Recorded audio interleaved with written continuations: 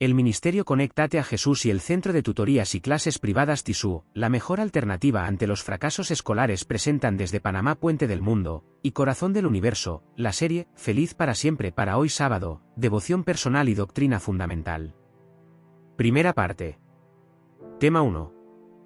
La Biblia al día, sumérjase diariamente en las Sagradas Escrituras. Esta miniserie ofrece un encuentro fresco y aplicado con la palabra de Dios, nutriendo su alma y fortaleciendo su fe día tras día.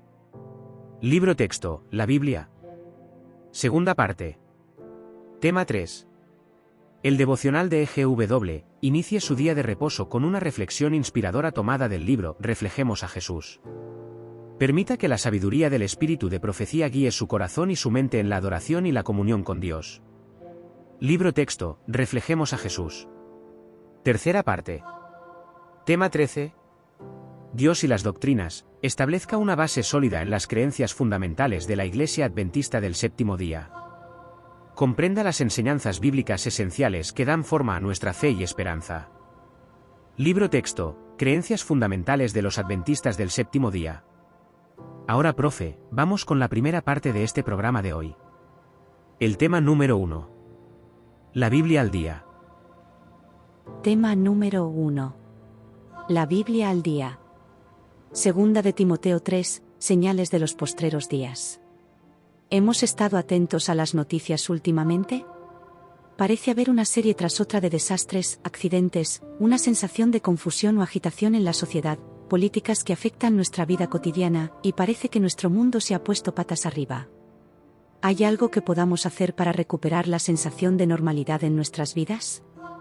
¿Qué es normal, de todos modos?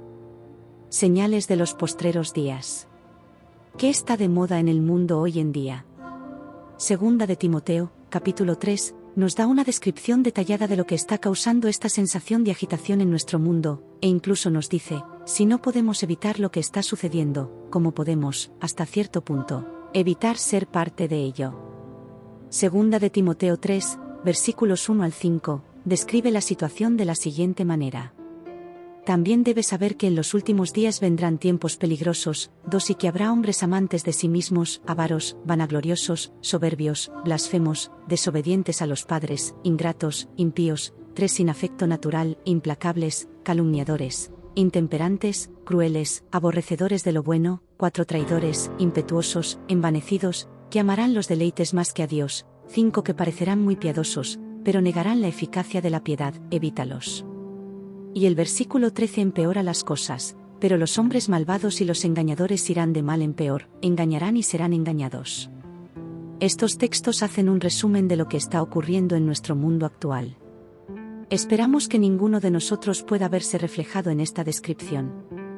Pero creemos que, hasta cierto punto, los males de la sociedad han afectado a los cristianos en todos los ámbitos de la vida.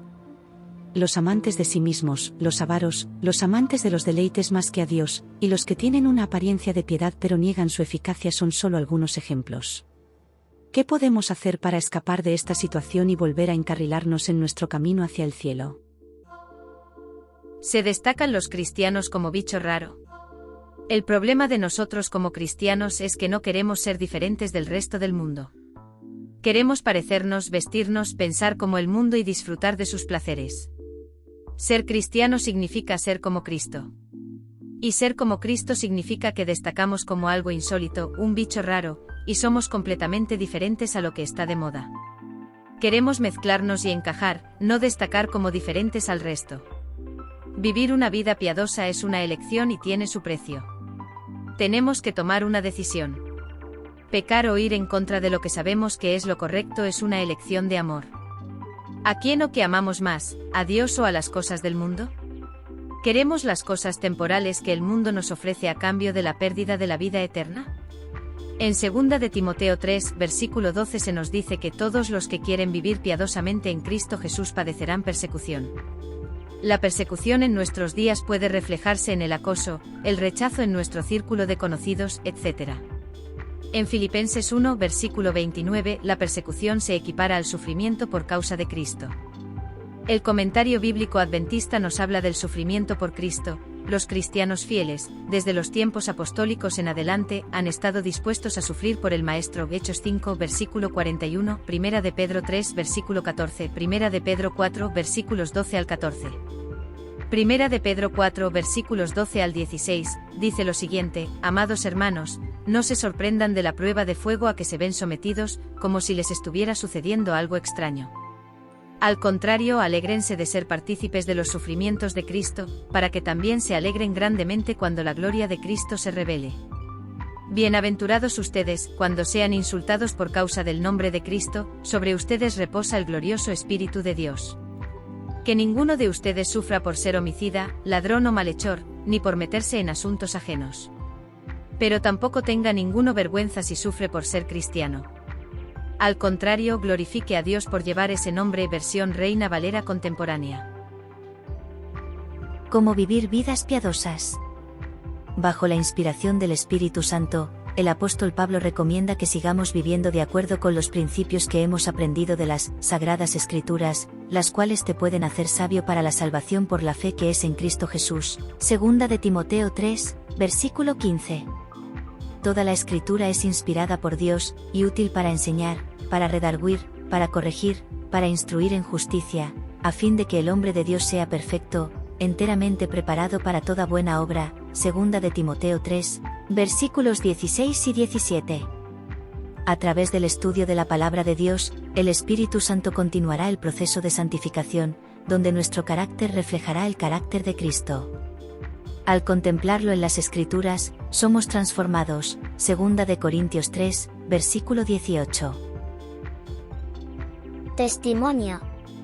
En nuestra experiencia personal, ha sido una bendición ser identificados como cristianos. Solo por la forma en que nos vestimos, y nuestro vestuario es moderno de una manera modesta, la gente nos identifica como diferentes. Nos tratan de manera diferente y de buena manera.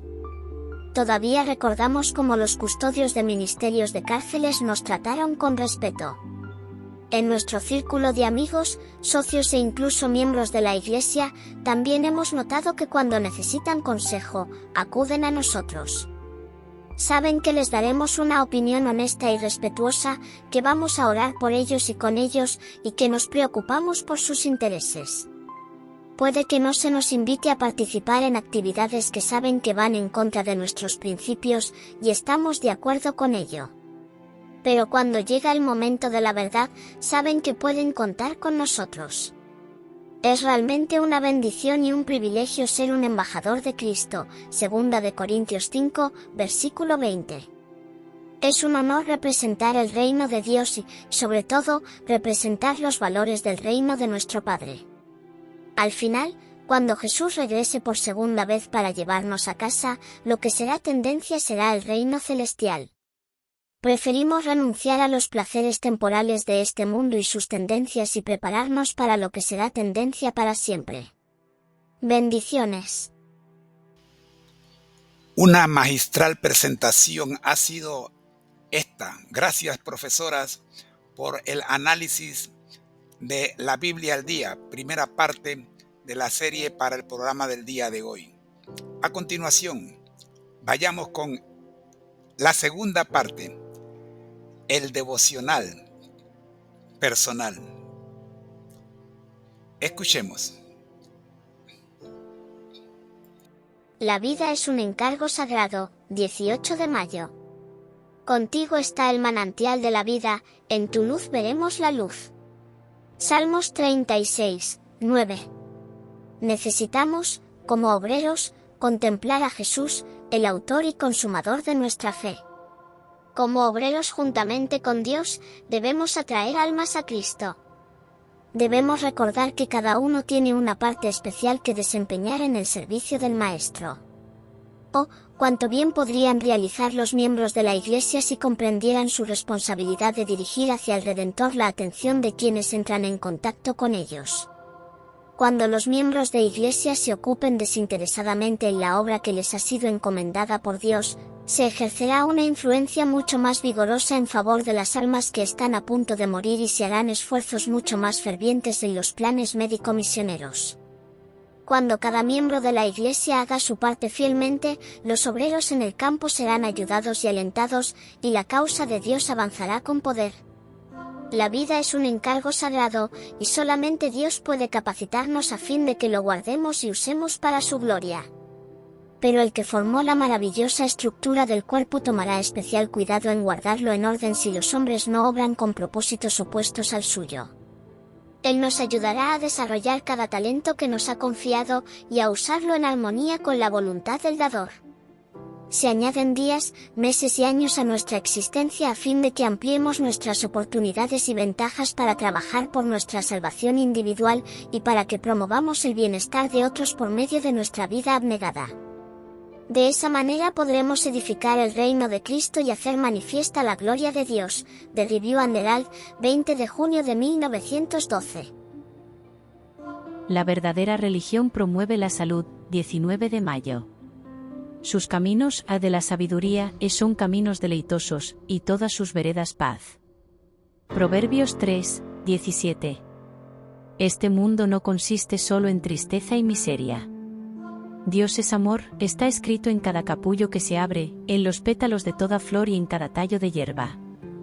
Aunque la maldición del pecado ha hecho que la tierra produzca espinas y cardos, hay flores en los cardos, y las espinas son ocultadas por las rosas. Todas las cosas de la naturaleza atestiguan el cuidado tierno y paternal de nuestro Dios, y su deseo de hacer felices a sus hijos.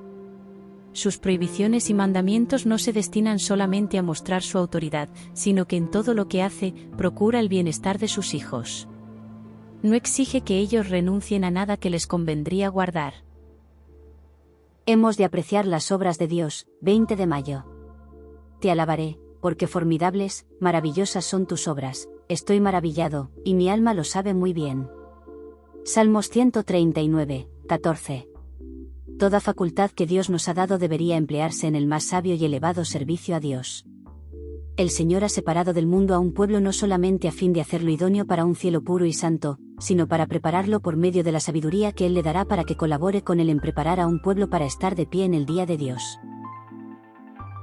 Poder para pensar y hacer, 21 de mayo.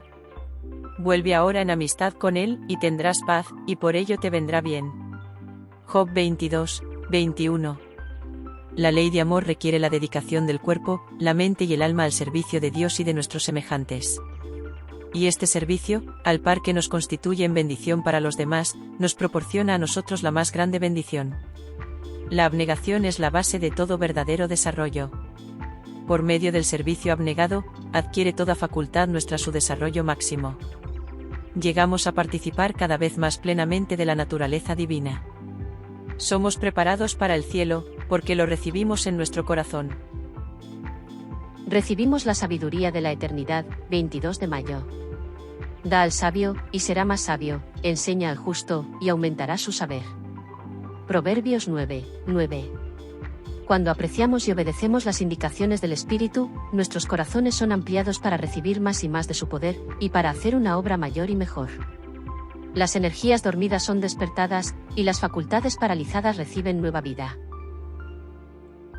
Los principios de la excelencia, 23 de mayo. Como aquel que os llamó es santo, sed también vosotros santos en toda vuestra manera de vivir, porque escrito está: sed santos, porque yo soy santo. Primera de Pedro 1, 15 y 16. Es el designio de Dios que el progreso sea la obra de la vida de todos sus hijos, y que en todos sus propósitos ellos puedan ser guiados y controlados por principios cristianos y una experiencia correcta. Pero muchos no entienden el verdadero objetivo de la existencia, y bajo la influencia de errores acariciados, sacrifican todo lo que es de real valor en la vida. El verdadero hombre es quien está dispuesto a sacrificar su propio interés por el bien de otros, y que se olvida de sí mismo al ministrar en favor de la felicidad de ellos. Finalmente, sabiduría para cumplir el propósito del Creador, 24 de mayo. El temor de Jehová es el principio de la sabiduría, y el conocimiento del Santísimo es la inteligencia. Proverbios 9, 10. Todas las distintas capacidades que el hombre posee, de la mente, del alma y del cuerpo, le fueron dadas por Dios para que las dedique a alcanzar el más alto grado de excelencia posible. Pero esta cultura no puede ser egoísta ni exclusiva, porque el carácter de Dios, cuya semejanza hemos de recibir, es benevolencia y amor. Toda facultad y todo atributo con que el Creador nos haya dotado deben emplearse para su gloria y para el ennoblecimiento de nuestros semejantes. Y en este empleo se halla la ocupación más pura, más noble y más feliz. Si se concediera a este principio la atención que merece por su importancia, se efectuaría un cambio radical en algunos de los métodos corrientes de enseñanza. En vez de despertar el orgullo, la ambición egoísta y un espíritu de rivalidad, los maestros procurarían evocar un sentimiento de amor a la bondad, a la verdad y a la belleza, harían desear lo excelente. El alumno se esforzaría por desarrollar en sí mismo los dones de Dios, no para superar a los demás, sino para cumplir el propósito del Creador y recibir su semejanza. En vez de ser encauzado hacia las meras normas terrenas o movido por el deseo de exaltación propia que de por sí empequeñece y rebaja, el espíritu sería dirigido hacia el Creador, para conocerle y llegar a serle semejante. La formación del carácter es la gran obra de la vida, y un conocimiento de Dios, el fundamento de toda educación verdadera. La ley de Dios es un reflejo de su carácter. Por esto dice el salmista: todos tus mandamientos son justicia, y de tus mandamientos he adquirido inteligencia. Salmos 119, 172, 104. Dios se nos ha revelado en su palabra y en las obras de la creación. Por el libro de la inspiración y el de la naturaleza hemos de obtener un conocimiento de Dios. Una ley del intelecto humano hace que se adapte gradualmente a las materias en las cuales se le enseña a espaciarse. Si se dedica solamente a asuntos triviales, se atrofia y se debilita. Si no se le exige que considere problemas difíciles, pierde con el tiempo su capacidad de crecer. Como instrumento educador, la Biblia no tiene rival. En la palabra de Dios, la mente halla temas para la meditación más profunda y las aspiraciones más sublimes. La Biblia es la historia más instructiva que posean los hombres. Proviene directamente de la fuente de verdad eterna, y una mano divina ha conservado su integridad y pureza a través de los siglos. Historia de los Patriarcas y Profetas, páginas 646 y 647. Muchas gracias, profesoras, por el resumen de cada uno de los devocionales que reunimos en Reflejemos a Jesús, de la autora cristiana Elena G. de White, para estas últimas sesiones. A continuación pasamos a nuestra última parte del estudio de hoy: Dios y su doctrina. Tema número 13. Adelante, profe. Amigos, bienvenidos. Hoy vamos a explorar un tema fundamental: las creencias que sostienen los adventistas del séptimo día. Estas creencias no son simplemente ideas abstractas, son principios vivos que dan forma a nuestra vida diaria, llenándola de esperanza, propósito y un profundo sentido de conexión con Dios y con nuestro prójimo. A lo largo de este viaje, descubriremos cómo cada creencia se entrelaza con las demás, formando un tapiz hermoso y complejo que refleja el amor incondicional de Dios y su plan perfecto para la humanidad. No importa dónde te encuentres en tu propio camino espiritual, te invito a abrir tu corazón y tu mente a la verdad transformadora que está a punto de ser revelada. Prepárate para un viaje inspirador que te acercará a Dios, te llenará de paz y te dará una nueva perspectiva sobre el significado de la vida. Juntos, descubriremos la belleza y la profundidad de la fe adventista del séptimo día. Saludos, profesor. Me parece una excelente manera de abordar la doctrina número 4, la Iglesia. Dividirla en partes y luego analizarla como un todo con el método MCAG nos permitirá una comprensión profunda y sistemática de sus 8 creencias fundamentales. La estructura que presenta del libro Creencias de los Adventistas del Séptimo Día, entiendo que es la fuente de estos capítulos, nos da una hoja de ruta clara para nuestro estudio. Capítulo 11. Crecer en Cristo, inicia esta doctrina de la Iglesia, ya que sienta un fundamento importante para la vida de los miembros. Capítulo 12. La Iglesia, la definición y naturaleza de la Iglesia. Capítulo 13. El remanente y su misión, el papel específico del pueblo de Dios en el tiempo del fin. Capítulo 14. La unidad en el cuerpo de Cristo, la importancia de la armonía y la colaboración dentro de la Iglesia. Capítulo 15. El bautismo, el rito de iniciación en la Iglesia. Capítulo 16. La Cena del Señor, la conmemoración del sacrificio de Cristo y la comunión con Él y con los demás creyentes. Capítulo 17. Los dones y ministerios espirituales, la provisión divina para el servicio y la edificación de la Iglesia. Capítulo 18. El don de profecía, la manifestación específica de la guía divina en la Iglesia remanente. Estoy lista para comenzar con la introducción general a estas 8 creencias fundamentales sobre la doctrina de la Iglesia. ¿Qué aspectos generales le gustaría destacar para esta introducción antes de que apliquemos el método MCAJ a la doctrina en su conjunto? Por ejemplo, podríamos hablar sobre la importancia de la eclesiología, la naturaleza bíblica de estas creencias, o su relevancia para la identidad y misión de la Iglesia Adventista del Séptimo Día. Adelante, profesora. Excelente punto de partida, profesor. Hablemos entonces sobre la importancia de la eclesiología y la naturaleza bíblica y la relevancia de estas 8 creencias fundamentales para la identidad y misión de la Iglesia Adventista del Séptimo Día. La importancia de la eclesiología. La eclesiología, el estudio teológico de la Iglesia, es fundamental porque aborda la pregunta de qué es la Iglesia según el plan de Dios. No se trata simplemente de una organización humana, sino del cuerpo de Cristo, la comunidad de creyentes llamados a ser agentes de su reino en la tierra. Comprender la eclesiología bíblica nos ayuda a evitar modelos de iglesia puramente seculares o basados en tradiciones humanas sin fundamento escriturístico. Una eclesiología sólida informa nuestra adoración, nuestro servicio, nuestra estructura y nuestra misión. La naturaleza bíblica de estas creencias.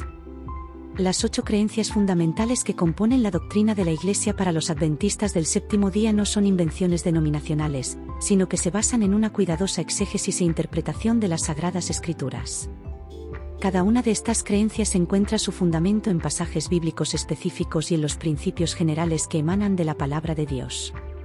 Por ejemplo, la naturaleza de la Iglesia como el cuerpo de Cristo se encuentra en el Nuevo Testamento, Efesios 1, 22 a 23. El concepto del remanente y su misión se desarrolla a partir de profecías bíblicas, Apocalipsis 12, 17. La unidad del cuerpo de Cristo es un tema recurrente en las epístolas paulinas, Efesios 4, 4 a 6. El bautismo y la cena del Señor son ordenanzas instituidas por el mismo Jesús, Mateo 28, 19, primera. De Corintios 11, 23 a 26. Los dones y ministerios espirituales son detallados en pasajes como primera. De Corintios 12 a 14 y Efesios 4, 11 a 13.